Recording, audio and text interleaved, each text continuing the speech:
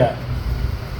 Basically, I took CAF on. They used one of my soundtracks to promote the CAF Awards in 2018, and it was used to advertise the African Male Footballer of the Year and African Female Footballer of the Year, and they shared it across all social media platforms and any other place that I don't know of. And they would have gotten away with it if it wasn't for some meddling kids, not Scooby Doo. So I had, because I don't like sports, so I would never have found it. But then I have a friend who really loves sports, so he found it, and he's been listening to my stuff. So he said, "Hey, I think this is yours. So go listen to it and let me know." And I went to listen to it, and yes, right on. It was direct lifts and then put on their promotional material. And so I reached out to them via Twitter, sent them tweets on Facebook, and asked them to reach out. Radio silence. Didn't hear from them. And I told most of my friends to retweet so it would get their attention. They did. And finally, CAF reached out to me and said they wanted my email, so they sent me an email. Mind you, I'd already sent them emails, but they hadn't seen. So then I forwarded the email I'd sent to them. And then they asked me, they apologized and acknowledged using it and said, "What's the way forward?" And I said, "Well, you should know. You need to compensate me. I don't have to tell you what the way forward is." And once again, crickets. Nothing. Like, I didn't hear from them again.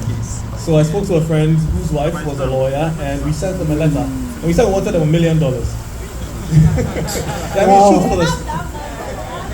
shoot for the stars and you land on the clouds. So that's what we went. We asked for $1 million. I think that scared them because they didn't even reply to that either. And I asked other lawyers what the way forward was, like, what do you guys advise I do? And they're like, well, you can sue, or you can send them a letter again. So I did a letter, we sent it via DHL to them. Still no word. Until we got to the point where I met a lawyer, an intellectual property lawyer, Sarah Nokwanku, who came on my show, because I used to host a show on Joy FM called Geek Squad. And she was talking about copyright, and I learned a lot on that show, and I told her about my case, and she's like, we can sue, we should sue. And mind you, a lot of people had told me, you know what, in typical Ghanaian fashion, Jaiman and Kaf, oh, let it go.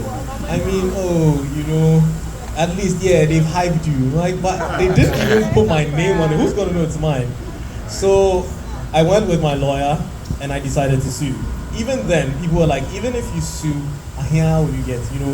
They just give you some small money, and all the money you spent on the case is what you're just going to be getting back, or you might even get less. But my lawyer said, listen, you can get a lot of money. Just push on, and let's pursue this. So we sent them another letter. This time, we went through the court. So we filed a suit against them. The judge said to send them a notice, serve them, which we did through DHL, and finally they called. And they had a conference call between me and my lawyer and them, and asked how much. I said, well, I told you people before, $1 million. And they started. So we had two people on the call. I don't know whether they were playing good cop, bad cop, because one guy was trying to be nice and the other was being very dismissive. And my lawyer just couldn't take the BS. So she's like, if this had happened to an international artist, they'd be scrambling to settle. But because they think I'm some kid in Ghana and Africa, and they're going to bully me, she's not going to take this. We're taking them full on.